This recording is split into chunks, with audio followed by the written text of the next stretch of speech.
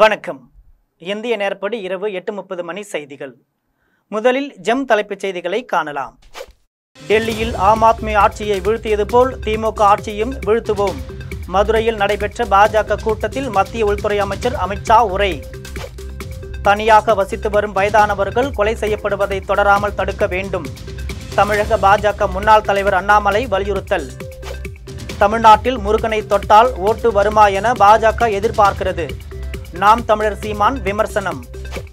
மாநிலங்களின் அரசியல் பிரதிநிதித்துவத்தை குறைக்க பாஜக அரசு சதி செய்கிறது. நாடாளுமன்ற உறுப்பினர் தமிழச்சி தங்கப்பாண்டியன் குற்றச்சாட்டு. காசாவில் இஸ்ரேலின் இன்று நடத்திய கொடூர தாக்குதலில் ஒரே நாளில் 75 பேர் உயிரிழப்பு. தமிழகத்தில் 9 மாவட்டங்களில் 10ஆம் தேதி முதல் 4 நாட்களுக்கு கனமழை வாய்ப்பு. சென்னை வானிலை ஆய்வு மையம் தகவல். இனி விரிவான செய்திகளை காணலாம். டெல்லியில் ஆம் ஆத்மி ஆட்சியை வீழ்த்தியது போல் திமுக ஆட்சியும் வீழ்த்துவோம் என்று மதுரையில் நடைபெற்ற பாஜக கூட்டத்தில் மத்திய உள்துறை அமைச்சர் அமித்ஷா தெரிவித்துள்ளார். மதுரையில் நடைபெற்ற பாஜக கூட்டத்தில் மத்திய உள்துறை அமைச்சர் அமித்ஷா உரையாற்றினார். அப்போது மதுரை மண்ணில் மீனாட்சி அம்மனை வணங்கி எனது உரையை தொடங்குகிறேன் என்று தெரிவித்தார். மேலும் ஜூன் 22ஆம் தேதி நடைபெறும் முருக பக்தர்கள் மாநாட்டை சிறப்பாக நடத்தி தர வேண்டும் எனவும், தமிழ்நாட்டிற்கு வந்து உங்களிடம் தமிழ் மொழியில் பேச முடியவில்லையே என்பதில் வருத்தம் ஏற்படுகிறது என்றும், அமித்ஷாவால் எங்களை தோற்கடிக்க முடியாது என முதலமைச்சர் மு.க. ஸ்டாலின் சொல்கிறார். ஆனால் தமிழக மக்கள் அவர்களை தோற்கப்படுவார்கள் எனவும், 2026ஆம் ஆண்டு தமிழகத்தில் அதிமுக பாஜக தலைமையிலான NDA கூட்டணி ஆட்சி அமைக்கும் என்றும், வரும் தேர்தலில் திமுக தலைமையிலான ஆட்சியை மக்கள் தூக்கி எறிவார்கள் என்றும், டெல்லியில் ஆம் ஆத்மி ஆட்சியை வீழ்த்தியது போல் திமுக ஆட்சியையும் வீழ்த்துவோம் என்று ஆபரேஷன் சிந்தூருக்கு தமிழகத்திலிருந்து வந்த ஆதரவு குரல் என்றும் மறக்க முடியாதது என்றும் மத்திய உள்துறை அமைச்சர் அமித்ஷா தெரிவித்துள்ளார். தனியாக வசித்து வரும் வயதானவர்கள் கொலை செய்யப்படுவது தொடராமல் தடுக்க வேண்டும் என்று தமிழக பாஜக முன்னாள் தலைவர் அண்ணாமலை வலியுறுத்தியுள்ளார்.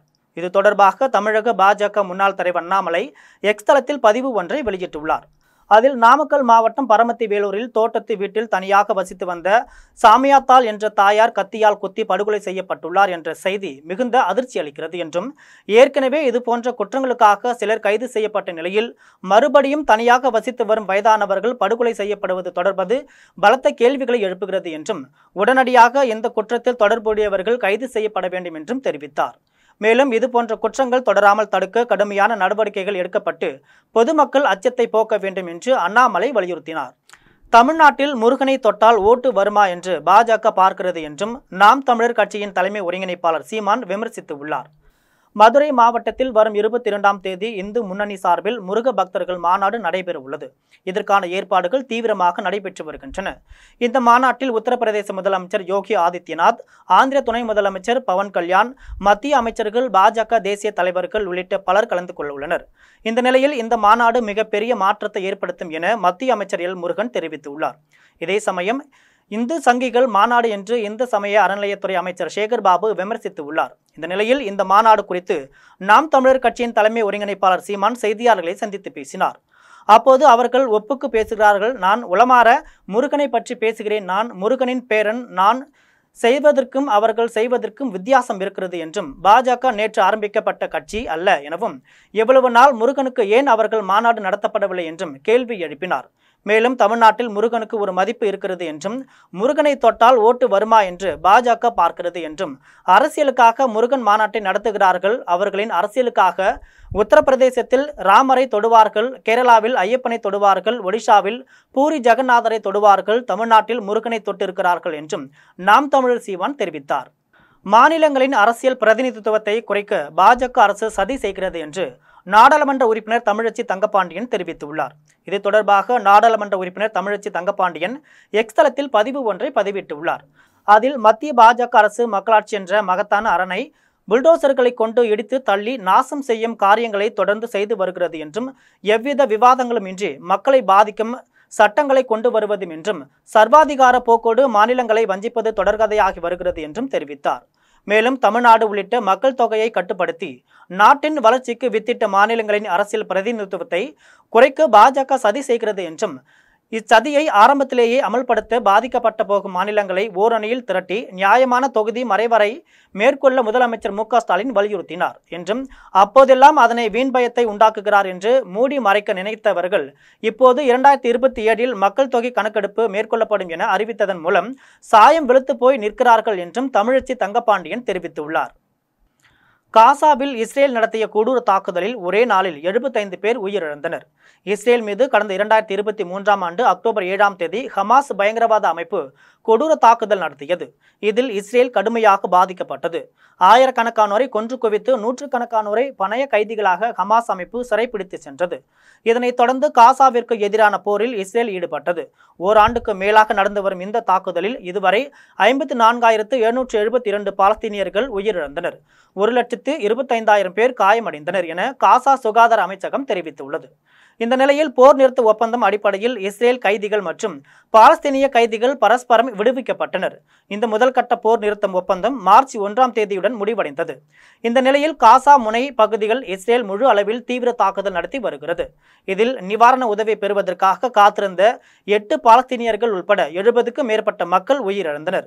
இஸ்ரேலின் இந்த கொடூர தாக்குதலில் ஒரே நாளில் 75 பேர் உயிரிழந்தனர். இது இனப்படுகொலை என குற்றச்சாட்டு எழுந்துள்ளது. காசா நிவாரண உதவிக்கான அறக்கட்டளை அதன் பணியை தொடங்கியதிலிருந்து அதனை பெறுவதற்காக காத்திருந்தவர்கள் மீது நடந்த தாக்குதலில் உயிரிழந்தவர்களின் எண்ணிக்கை 118ஆக உயர்ந்துள்ளது. தமிழகத்தில் 9 மாவட்டங்களில் 10ஆம் தேதி முதல் 4 நாட்களுக்கு கனமழை பெய்ய வாய்ப்பு உள்ளதாக சென்னை வானிலை ஆய்வு மையம் தெரிவித்துள்ளது. இது தொடர்பாக சென்னை வானிலை ஆய்வு மையம் செய்தி வெளியிட்டுள்ளது. அதில் வரும் 10ஆம் தேதி வேலூர், ராணிப்பேட்டை, கிருஷ்ணகிரி, திருப்பத்தூர், திருவண்ணாமலை, விழுப்புரம், தருமபுரி, கள்ளக்குறிச்சி, கடலூர் ஆகிய மாவட்டங்களில் கனமழைக்கு வாய்ப்பு உள்ளது என்றும் 11ஆம் தேதி ராணிப்பேட்டை, வேலூர், திருவண்ணாமலை, கிருஷ்ணகிரி, திருப்பத்தூர், தருமபுரி, கள்ளக்குறிச்சி, கடலூர், அரியலூர், நீலகிரி, கோவையில் கனமழைக்கு வாய்ப்பு உள்ளது என்றும் 12, 13 தேதிகளில் நீலகிரி, கோவை, திண்டுக்கல், தேனி, தென்காசி, கன்னியாகுமரி, நெல்லை மாவட்டங்களில் கனமழை பெய்யும் என்று தெரிவித்துள்ளது. மேலும் சென்னை மற்றும் புறநகர் பகுதிகளில் நாளை வானம் மேகமூட்டத்துடன் காணப்படும் என்றும் நகரின் ஒரு சில பகுதிகளில் லேசான மழை பெய்யும் என்றும் அதே நேரம் மதிய வேளையில் வெயிலின் தாக்கம் அதிகமாக பதிவாகக்கூடும் எனவும் வானிலை ஆய்வு மையம் தெரிவித்துள்ளது. நான் சார்ந்து இருக்கக்கூடிய பாஜகவின் மோடி ஐயாவாக இருக்கட்டும், கலைஞர் ஐயாவாக இருக்கட்டும், ஸ்டாலின் ஐயாவாக இருக்கட்டும், அனைவருக்கும் அன்பு கொடுக்கக்கூடிய நபர் நீங்கள்தான் என்று கோவையில் நடைபெற்ற நிகழ்ச்சியில் இசையமைப்பாளர் இளையராஜாவிற்கு அண்ணாமலை புகழாரம் சூட்டினார். கோவை அருகே தனியார் ரியல் எஸ்டேட் வளாகத்தில் நடத்தப்பட்ட இசைஞானி இளையராஜா இசை நிகழ்ச்சியில் பாஜகவின் முன்னாள் மாநில தலைவர் அண்ணாமலை பங்கேற்று இசை மேடையில் இளையராஜா காலில் விழுந்து வணங்கி அவருக்கு பொன்னாடை போர்த்தி கௌரவித்தார். அதன் பின்னர் விழா மேடையில் பாஜகவின் முன்னாள் மாநில தலைவர் அண்ணாமலை பேசினார். அப்போது என்னை பொறுத்தவரை இசை கடவுள் இளையராஜாவுடன் நாம் இருக்கிறோம் என்றும் நாம் எல்லாவற்றையும் மறந்து வணிகர்களாக இசை பிரியர்களாக இங்கே நின்று கொண்டிருக்கிறோம் என்றும் ஐயாவின் இசையை தொடர்ச்சியாக நாம் கேட்க வேண்டும் என்றால் 17 ஆண்டுகள் வேண்டும் என்றும் 49 ஆண்டுகளில் 10,000க்கும் மேற்பட்ட பாடல்களுக்கு இசை அமைத்துள்ளார் என்றும் இந்தியாவின் பெருமையாக ஆசியாவை சார்ந்த நபர் சிம்பொனியை லண்டனில் இசைத்துள்ளார் என்றும் அண்ணாமலை தெரிவித்துள்ளார்.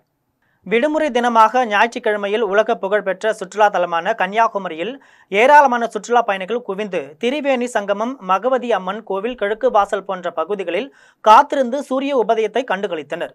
உலக புகழ்பெற்ற சுற்றுலா தலமான கன்னியாகுமரியில் அதிகாலையில் சூரியன் உதயமாவதையும் மாலையில் அஸ்தமனமாவதையும் கண்டு களிக்கவும், மேலும் கடல் நடுவே அமைந்துள்ள விவேகானந்தர் மண்டபம், ஐயன் திருவள்ளுவர் சிலை மற்றும் அதனிடையே அமைக்கப்பட்டுள்ள கண்ணாடி நடைபாலத்தையும் சுற்றுலா படைகள் சென்று நேரில் கண்டு ரசிக்கவும் உள்ளூர் மற்றும் வெளிநாடுகளைச் சேர்ந்த ஏராளமான சுற்றுலா பயணிகள் கன்னியாகுமரிக்கு தினம்தோறும் வருகை தருகின்றனர்.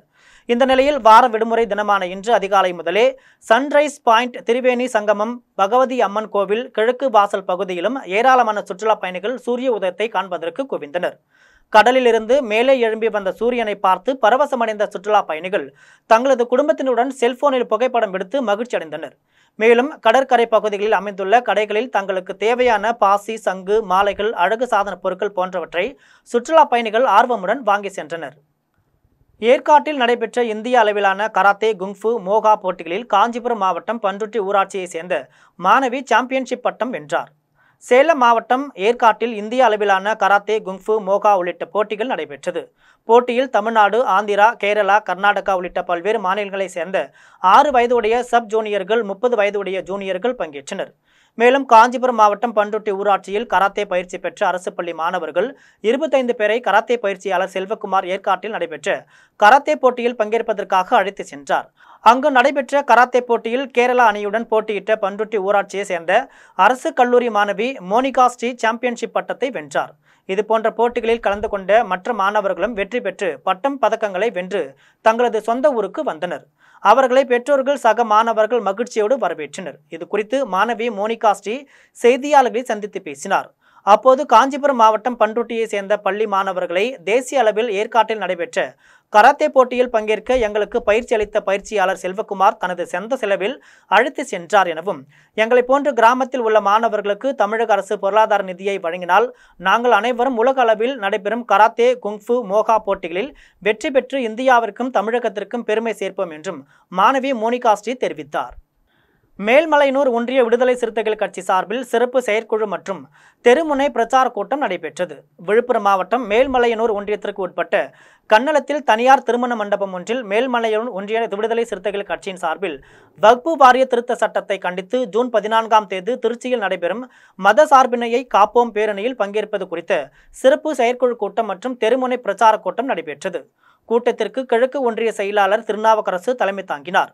கூட்டத்தில் சிறப்பு அழைப்பாளராக விழுப்புரம் வடக்கு மாவட்ட செயலாளர் தனம்செழியன், மேலிட பொறுப்பாளர் சீராளன், ஐயா கரிகாலன், ஆரணி நாடாளுமன்ற தொகுதி செயலாளர் நன்மாறன் உள்ளிட்டோர் கலந்து கொண்டு திருச்சி மாநாட்டிற்கு அதிக அளவில் மகளிர்களை அழைத்து வருவது மற்றும் மாநாட்டிற்கு செல்வதற்கான வாகன ஏற்பாடுகள் குறித்தும் கட்சி நிர்வாகிகளுடன் ஆலோசித்தனர். உலக சுற்றுச்சூழல் தினம் மற்றும் இளம் பருவத்தினருக்கான சுகாதாரம் குறித்து குன்றத்தூரில் நடைபெற்ற பேரணியில் 500க்கும் மேற்பட்ட மருத்துவ மாணவர்கள் கலந்து கொண்டு பொதுமக்களிடையே விழிப்புணர்வு ஏற்படுத்தினர். தென்னிந்திய மகப்பேறு மற்றும் மகளிர் மருத்துவ சங்கம் சார்பில் உலக சுற்றுச்சூழல் தினம் மற்றும் இளம் பருவத்தினருக்கான சுகாதாரம் குறித்து விழிப்புணர்வு பேரணி மற்றும் கருத்தரங்கம் நடைபெற்றது. குன்றத்தூர் அருகே செயல்படும் தனியார் மருத்துவக் கல்லூரியில் நடைபெற்ற பேரணியை தென்னிந்திய மகப்பேறு மற்றும் மகளிர் மருத்துவ சங்க தலைவர் சம்பத்குமாரி துவக்கி வைத்தார். இதில் மருத்துவர்கள், செவிலியர்கள் என பலர் கலந்து கொண்டு பேரணியாக சென்று இளம் பருவத்தினருக்கான சுகாதாரமாகவும் உடல் நலத்துடன் இருக்க வேண்டும் என்பதற்கான வழிமுறைகள் குறித்து பொதுமக்களிடையே விழிப்புணர்வு ஏற்படுத்தினர். இதனைத் தொடர்ந்து நடைபெற்ற கருத்தரங்கில் மருத்துவ வல்லுநர்கள், இளம் மருத்துவர்கள் பங்கேற்று மருத்துவ மாணவர்களும் செவிலியர்களுக்கும் விழிப்புணர்வு ஏற்படுத்தினர். முத்தமிழ் அறிஞர் கலைஞர் கருணாநிதியின் 102வது பிறந்தநாளையொட்டி திருவொற்றியூரில் திமுக மேற்கு பகுதி சார்பில் பொதுமக்களுக்கு இலவச மருத்துவ முகாம் நடைபெற்றது. முத்தமிழ் அறிஞர் கலைஞர் கருணாநிதியின் 102வது பிறந்தநாளையொட்டி சென்னை எண்ணூர் சுனாமி குடியிருப்பு சமுதாய நலக்கூட்டத்தில் மாதவரம் சட்டமன்ற உறுப்பினரும் வடகிழக்கு மாவட்ட செயலாளருமான சுதர்சனம் வழிகாட்டுதலின்படி திருவொற்றியூர் மேற்கு பகுதி கழக செயலாளர் அருள்தாசன் தலைமையில் இலவச பொது மருத்துவ முகாம் நடைபெற்றது. முகாமில் இரத்த அழுத்தம், கண் பரிசோதனை, தோல் பிரச்சனை உள்ளிட்ட பல்வேறு மருத்துவ பரிசோதனைகள் நடைபெற்றது. முகாமில் சுனாமி குடியிருப்பில் வசித்து வரும் 300க்கும் மேற்பட்ட பொதுமக்கள் கலந்து கொண்டு மருத்துவ பரிசோதனை செய்து கொண்டனர். அவர்களுக்கு ஊட்டச்சத்தான டானிக் மருந்து, மாத்திரைகள் இலவசமாக வழங்கப்பட்டன. இதில் திமுக நிர்வாகிகள், பொதுமக்கள் பலர் கலந்து கொண்டனர். இந்திய கூட்டணியிலேயே தொடருவோம் என்றும் இந்த கூட்டணியில் எந்த மாற்றமும் வராது என்பதே மதிமுகவின் நிலைப்பாடு என்றும் புதுக்கோட்டையில் நடைபெற்ற மதிமுகவின் நிர்வாகியின் இல்ல திருமண விழாவில் பங்கேற்ற பின் மதிமுகவின் துரை வைகோ தெரிவித்துள்ளார். பட்டுக்கோட்டையில் நடைபெற்ற மதிமுகவின் நிர்வாகியின் இல்ல திருமண விழாவில் பங்கேற்ற பின்னர் மதிமுகவின் துரை வைகோ செய்தியாளர்களை சந்தித்து பேசினார். அப்போது 2026ஆம் ஆண்டு தேர்தல் கூட்டணி பற்றி செய்தியாளர்கள் கேட்கப்பட்டதற்கு கூட்டணியில் எந்த மாற்றமும் இருக்காது எனவும், இந்திய கூட்டணியிலேயே தொடருவோம் என்றும், இந்திய கூட்டணியில் உள்ள அனைத்து கட்சிகளும் ஒருமித்த சிந்தனையில் உள்ளனர் எனவும், இதனால் இந்திய கூட்டணியில் எந்த மாற்றமும் வராது என்பதே மதிமுகவின் நிலைப்பாடு என்றும் தெரிவித்தார். மேலும் நடிகர் விஜயின் அரசியல் வருகை அதிமுகவிற்கு பலவீனமாக இருக்குமா, திமுகவிற்கு பலவீனமாக இருக்குமா என்று செய்தியாளர்கள் கேட்கப்பட்ட போது, சகோதரர் விஜய் உச்சபட்ச நட்சத்திரம் என்றும், அவருக்கு பின்னால் லட்சக்கணக்கான ரசிகர்கள், இளைஞர்கள் உள்ளனர் என்றும், ஆனால் அது அரசியலில் எந்த அளவிற்கு பலம் தரும் என்பதை காலம்தான் பதில் சொல்ல வேண்டும் என்றும் மதிமுகவின் துரை வைகோ செய்தியாளர்கள் தெரிவித்தார். கூட்டணி தொடரும் மாற்றம் கிடையாது. அதில் இன்னைக்கு இந்தியா கூட்டணியில் இருக்கிற அனைத்து இயக்கங்களும் இந்த ஒருமித்த சிந்தனையில் அவங்க பயணிச்சுட்டு இருக்கிறோம். நாங்கள் அந்த கூட்டணியில் மாற்றம் வராது தான் என்னுடைய நிலைப்பாடு. அது நீங்கள் தேர்தல் நேரங்களில் அது முடிவெடுக்க வேண்டியது எங்களுடைய இயக்க தலைமை. நான் முதன்மை செயலாளர் இருந்தாலுமே எத்தனை சீட்டுங்கிறது கூட்டணி நம்ம இயக்க தலைமை, அவங்களுடைய இயக்க தலைவர், இயக்க தந்தை பொதுச்செயலாளர் தலைவர் வைகோ, அவைத்தலைவர், பொருளாளர், துணை பொதுச்செயலாளர்கள், பொதுக்குழு நிர்வாகிகள், இவங்க தான் முடிவெடுப்பாங்க. நீங்கள் ஒரு முதன்மை செயலரை கேட்டீங்கன்னா என்னுடைய இது பொறுத்த வரைக்கும் குறைஞ்சபட்சம் எனக்கு இவ்வளோ வேணும்னு சொல்லி நினைக்கலாம். பட் நான் ஒரு பேட்டியில் வந்து அதுக்கு சொல்ல முடியாது, நான் சொல்ல முடியாது. தேர்தலுக்கு இனி ஒரு 10 மாதம் இருக்கிறதுனால இன்றைக்கி பொறுத்த வரைக்கும் வருகின்ற 2026 சட்டமன்ற தேர்தலில் எங்களுடைய பங்களிப்பு ஒரு நல்ல ஒரு வலுவாக இருக்குன்னு நினைக்கிறேன். நான் அதுக்கு வந்து நாங்கள் வருகின்ற இந்த மாதம் 22ஆம் தேதி பொதுக்குழு நாங்கள் கூட்டியிருக்கிறோம். நாங்கள் அதை பொதுக்குழுவை பொறுத்த வரைக்கும் நீங்கள் சட்டமன்ற தேர்தலில் என்னென்ன யுக்திகளை கையாள போடுறோம், அதே நேரத்தில் எங்களால் அந்த கூட்டணிக்கு ஒரு பலத்தை கொடுக்குற அளவுக்கு, வலுவை கொடுக்குற அளவுக்கு. தலைவாசல் அருகே கருவில் இருக்கும் பாலினத்தை கண்டறிய ஸ்கேன் செய்த இருவரை சினிமா படப்பாணியில் சுகாதாரத்துறையினர் விரட்டி பிடித்தனர். தருமபுரி மாவட்டத்தில் கருவில் இருக்கும் குழந்தையின் பாலினத்தை கண்டறியப்படுவதை தடுக்க மாவட்ட சுகாதாரத்துறை பல்வேறு நடவடிக்கைகளை மேற்கொண்டு வருகிறது. இதனிடையே தருமபுரி மாவட்டத்தை தொடர்ந்து சேலம் உள்ளிட்ட பல்வேறு மாவட்டங்களில் ஸ்கேன் மூலம் பாலினம் கண்டறியப்படுவதாக குற்றச்சாட்டுகள் எழுந்தது. இந்த நிலையில் சேலம் மாவட்டம் தலைவாசல் அடுத்த மணிவிழுந்தான் புதூரில் கர்ப்பிணி பெண்களுக்கு கருவில் இருக்கும் பாலினம் குறித்து ஸ்கேன் மூலம் கண்டறியப்படுவதற்காக தருமபுரி மாவட்டத்திற்கு பெண்கள் காரில் அழைத்து செல்வதாக சுகாதாரத்துறையினருக்கு தகவல் வந்தது. தகவலின் பேரில் தருமபுரி மாவட்ட மருத்துவம் மற்றும் ஊரக பணிகள் இணை இயக்குனர் சாந்தி தலைமையிலான குழுவினர் காரை பின் தொடர்ந்து சென்றனர். காரில் அழைத்து வந்து பெண்களை வீட்டின் மொட்டை மாடியில் உள்ள அறையில் ஸ்கேன் செய்ய முயன்ற போது இருவரை சுகாதாரத்துறையினர் கையும் களவுமாக பிடித்தனர். அதனைத் தொடர்ந்து இருவரிடமும் நடத்திய விசாரணையில் கள்ளக்குறிச்சி மாவட்டம் அரசகுளத்தூர் பகுதியைச் சேர்ந்த ராமலிங்கம் மகன் மணிவண்ணன், சேலம் பனமரத்துப்பட்டி பகுதியைச் சேர்ந்த ராஜசேகர் மகன் பிரசாந்த் என்பதும் தெரிய வந்தது. மேலும் அவர்களிடமிருந்து ரூபாய் 20,000ஐயும் ஸ்கேன் செய்வதற்கு பயன்படுத்திய இயந்திரத்தையும் சுகாதாரத்துறையினர் பறிமுதல் செய்தனர். இதனையடுத்து இருவரையும் கைது செய்தனர். கோவையில் நடைபெற்ற சர்வதேச ஒகினாவா கராத்தே பயிற்சி முகாமில் சர்வதேச பயிற்சியாளர்களை கோவை சிறுமி வியக்க வைத்தார். சர்வதேச அளவில் பிரபலமான பாரம்பரிய தற்காப்பு கலையான ஒகினவா கோஜு ரியோ கராத்தே கலை என்பது முக்கியமான ஒன்றாக கருதப்படுவதால் உலகம் முழுவதும் ஆர்வமுடன் பலர் பயிற்சி எடுத்து வருகின்றனர். இந்த நிலையில் இந்தியாவில் மும்பை, தெலுங்கானா, ஜார்க்கண்ட் போன்ற முக்கிய நகரங்களில் சர்வதேச கராத்தே பயிற்சியாளர்கள் ஒகினாவா கராத்தே பயிற்சி அளித்து வருகின்றனர். இதன் தொடர்ச்சியாக 4வது நகரமாக கோவை செட்டிப்பாளையம் பகுதியில் உள்ள ஸ்ரீசக்தி பள்ளி வளாகத்தில் கெங்கோ மார்ஷியல் ஆர்ட்ஸ் அகாடமி சார்பில் சர்வதேச ஒகினாவா கோஜு கராத்தே பயிற்சி நடைபெற்றது. 2 நாட்கள் நடைபெற்ற பயிற்சியில் சர்வதேச அளவில் பிரபலமான கராத்தே பயிற்சியாளர்கள் பெல்ஜியம் நாட்டிலிருந்து வந்து பயிற்சி பெற்றனர். இதில் 5 வயது முதல் கல்லூரி செல்லும் மாணவ மாணவியர்கள் பயிற்சி முகாமில் கலந்து கொண்டனர். இதில் கோவையை சேர்ந்த சிறுமி சர்வதேச பயிற்சியாளர்களை வியக்க வைக்கும் வகையில் கராத்தே தற்காப்பு கலையை செய்து அசத்தினார். ஸோ இது வந்து ஃபுல் அண்ட் ஃபுல் பார்த்தீங்கன்னா மேகசின்ஸ் ரெஸ்டாரண்ட் ஆக்சுவலி அதை வச்சு ஜப்பானுடைய மேகசின்ஸ் அவருடைய இதில் இருக்கிற அந்த ஸ்டைல் தான் ஃபாலோ பண்ணிட்டுருக்கோம். ஸோ மற்றபடி பார்த்தீங்கன்னா இப்போ லாஸ்ட் மந்த் பார்த்தீங்கன்னா ஸ்ரீலங்காவில் நடந்த ஏஷியன் கோஜு ஃபெடரேஷனுடைய டோர்னமெண்ட்டில் பார்த்தீங்கன்னா தமிழ்நாடுலேருந்து டோட்டலாக 30 ஸ்டூடெண்ட்ஸ் கலந்துட்டாங்க. அதில் பார்த்தீங்கன்னா தமிழ்நாடு தான் பார்த்தீங்கன்னா மெடலில் வந்து இந்தியா லெவலில் போனதில் பார்த்தீங்கன்னா தமிழ்நாடு தான் வந்து ஹையஸ்ட் மெடல் வாங்கியிருக்காங்க. So 22 gold, 15 silver, so 20 bronze. So அதில் பார்த்தீங்கன்னா அந்த கென்கோமெண்ட்ஸ் அகாடமிலேருந்து 8 ஸ்டூடெண்ட்ஸ் கலந்துக்கிட்டாங்க.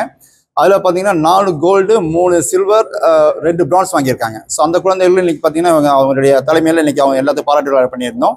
ஸோ மற்ற பார்த்தீங்கன்னா இது இப்போ ட்ரெடிஷ்னல் கோஜு நெக்ஸ்ட் இயர் நடக்கிற world Goju federation tournament. So பூனேல 2026 இந்த வருஷம் பார்த்தீங்கன்னா இப்போ யூனியன் கோஜு ஃபெடரேஷனுடைய president mister Dheeraj Pawar, then Pawar sensei அவங்களுடைய தலைமையில் இருக்கிற ஸோ யூனியன் கோஜு ஃபெடரேஷன் தான் வந்து இந்த வருஷம் 2026 வேர்ல்டு கோஜு ஃபெடரேஷனுடைய டோர்னமெண்ட் வந்து இந்தியாவில் கண்டக்ட் பண்ணுறோம். ஸோ அதனுடைய ப்ராக்டிஸாக வந்து இப்போ வந்து போயிட்டு இருக்குது. பார்த்தீங்கன்னா 3 கோச்சஸ் வந்திருக்காங்க. இதில் ஒருத்தர் பீட்டர் சென்சாய், தென் பார்த்தீங்கன்னா Paul sensei is international kumite coach, then is Gudiyatham Pichanur பகுதியில் அமைந்துள்ள ஊர் பஜனை கோவிலை அபகரிக்க முயலும் சமூக விரோதிகள் செயலை கண்டித்து குடியாத்தத்தில் அகில பாரத இந்து மகாசபையினர் கண்டன ஆர்ப்பாட்டத்தில் ஈடுபட்டனர். வேலூர் மாவட்டம் குடியாத்தம் பிச்சனூர் பகுதியில் ஊர் பஜனை கோவில் மற்றும் ஸ்ரீமத் ராமானுஜர் கூட்டத்தில் அன்னதான சத்திரத்தின் பூட்டை உடைத்து அத்தி நரசிம்மர் சிலையை அகற்றிய நபர்களை தடுக்க சென்ற நிர்வாகத்தினரை தாக்கிய சமூக விரோதிகளை கண்டித்தும் மீண்டும் ஊர் பஜனை கோவில் மற்றும் ஸ்ரீமத் ராமானுஜர் கூட்டத்தில் அன்னதான சத்திரத்தில் அத்தி நரசிம்மர் சிலையை பிரதிஷ்டை செய்ய வேண்டும் என வலியுறுத்தியும் குடியாத்தம் பழைய பேருந்து நிலையம் அருகே அகில பாரத இந்து மகாசபாவின் வழக்கறிஞர் பிரிவு மாநில செயலாளர் சதீஷ்குமார் தலைமையில் இந்து மகாசபையினர் கண்டன ஆர்ப்பாட்டத்தில் ஈடுபட்டனர். ஆர்ப்பாட்டத்தில் இந்து மகாசபாவின் மாநில தலைவர் ரமேஷ் பாபு கலந்து கொண்டு சமூக விரோதிகள் மீது நடவடிக்கை எடுக்க வேண்டும் என வலியுறுத்தி கண்டன கோஷங்களை எழுப்பினர். இதில் மாவட்ட செயலாளர் கோகுல், மாவட்ட துணைத் தலைவர் சேகர், கௌரவ தலைவர் மூலிகை மரசித்தர், ரவனீஸ்வரன், முன்னாள் நகரமன்ற உறுப்பினர் ஷர்மிளா, கங்காதரன் உள்ளிட்ட பலர் கலந்து கொண்டனர். குற்றாலத்தில் விடுமுறை தினமான இன்று சுற்றுலா பயணிகள் குவிந்துள்ளதால் வியாபாரிகள் மகிழ்ச்சியுடன் வியாபாரம் செய்கின்றனர். தென்காசி மாவட்டத்தில் உலக பிரசித்தி பெற்ற சுற்றுலா தலமான தென்பொதிகை மலையின் பகுதியில் அமைந்துள்ள குற்றாலத்தில் உள்ள அனைத்து நீர்வீழ்ச்சிகளிலும் தண்ணீர் சீராக வருவதால் விடுமுறை தினமான ஞாயிற்றுக்கிழமையில் சுற்றுலா பயணிகள் குவிந்தனர். பழைய குற்றாலம், பேரருவி, ஐந்தருவி, புலி அருவி, சிற்றருவி உள்ளிட்ட அருவிகளில் சுற்றுலா பயணிகள் குளித்து மகிழ்ந்து சென்றனர். காலையிலிருந்து மாலை வரை அனைத்து அருவிகளிலும் சுற்றுலா பயணிகளின் கூட்டம் அதிகமாகவே காணப்பட்டது. குற்றால சீசன் கை கட்டும் வருவதால் வியாபாரிகள் மகிழ்ச்சியுடன் வியாபாரம் செய்து வருகின்றனர். காரைக்கால் அடுத்த திருநள்ளாறு ஸ்ரீதர் பாரணேஸ்வரர் ஆலயத்தில் வைகாசி பிரமோற்சவ விழாவையொட்டி ஸ்ரீ சனீஸ் பகவான் தங்க காக்க வாகனத்தில் வீதி உலா வந்து பக்தர்களுக்கு அருள் பாலித்தார். புதுச்சேரி மாநிலம் காரைக்கால் அடுத்த திருநள்ளாற்றில் அமைந்துள்ள உலக பிரசித்தி பெற்ற ஸ்ரீதர் பாரணேஸ்வரர் தேவஸ்தானத்தில் ஸ்ரீ சனி பகவான் ஆலயத்தில் பிரமோற்சவ விழா கடந்த மாதம் 23ஆம் தேதி கொடியேற்றத்துடன் தொடங்கியது. அதனைத் தொடர்ந்து தினம்தோறும் சுவாமி வீதி உலா தேர் திருவிழா நடைபெற்று வந்தது. இவ்விழாவின் ஒரு பகுதியாக இரவு ஸ்ரீ சனி பகவான் சிறப்பு அலங்காரத்தில் தங்க காக்கை வாகனத்தில் எழுந்தருளி பக்தர்களுக்கு அருள் பாலித்தார். வருடத்திற்கு ஒருமுறை மட்டுமே ஸ்ரீ சனி பகவான் தங்க காக்கை வாகனத்தில் எழுந்தருளி வீதி உலா வருவார்.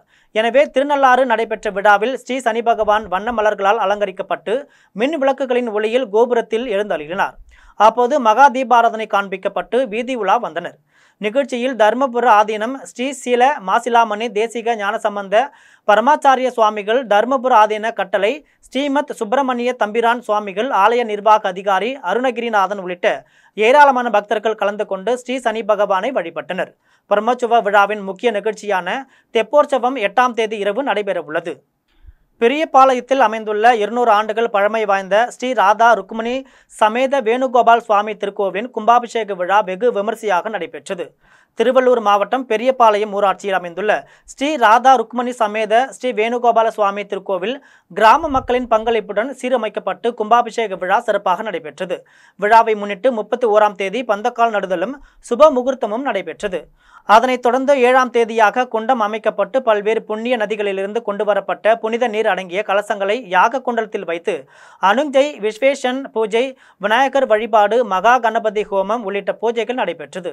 அதனைத் தொடர்ந்து காலையில் யாக குண்டத்தில் வைத்து பூஜிக்கப்பட்ட புனித நீர் அடங்கிய கலசங்களை மேலத்தாள வாத்தியங்கள் முழங்க பட்டாச்சாரியர்கள் தலையில் சுமந்து கொண்டு கோவிலை வலம் வந்தனர். அதனையடுத்து கோவிலின் கோபுரத்திற்கு புனித நீரை எடுத்துச் சென்று கலசத்தின் மீது ஊற்றி கும்பாபிஷேகத்தை சிறப்பாக நடத்தினர். அதன் பின்னர் கோவிலில் திரண்டிருந்த பக்தர்கள் மீது புனித நீரை தெளித்தனர். அதனைத் தொடர்ந்து மூலவருக்கு வண்ணமலர்களால் அலங்காரம் செய்து தீப தூப ஆராதனை காண்பிக்கப்பட்டது. அதன் பின்னர் பக்தர்களுக்கு அன்னதானமும் பிரசாதங்களும் வழங்கப்பட்டது. மாலை 7 மணி அளவில் சுவாமி திருவீதி உலா நடைபெற்றது. விழாவிற்கான ஏற்பாடுகளை விழா குழுவினரும் கிராம பொதுமக்களும் மிக சிறப்பாக செய்திருந்தனர். இதில் ஏராளமான பொதுமக்கள் கலந்து கொண்டு ராதா ருக்மணி சமேத வேணுகோபால் சுவாமியை வழிபட்டனர். கீரனூரில் பழமை வாய்ந்த உத்தமநாத சுவாமி உடனுரை பிரகாந்தாம்பாள் திருக்கோவில் 100 ஆண்டுகளுக்கு பிறகு தேரோட்ட விழா வெகு விமரிசையாக நடைபெற்றது. புதுக்கோட்டை மாவட்டம் கீரனூரில் பழமை வாய்ந்த உத்தமநாத சுவாமி உடனுரை பிரகதாம்பாள் திருக்கோவில் அமைந்துள்ளது.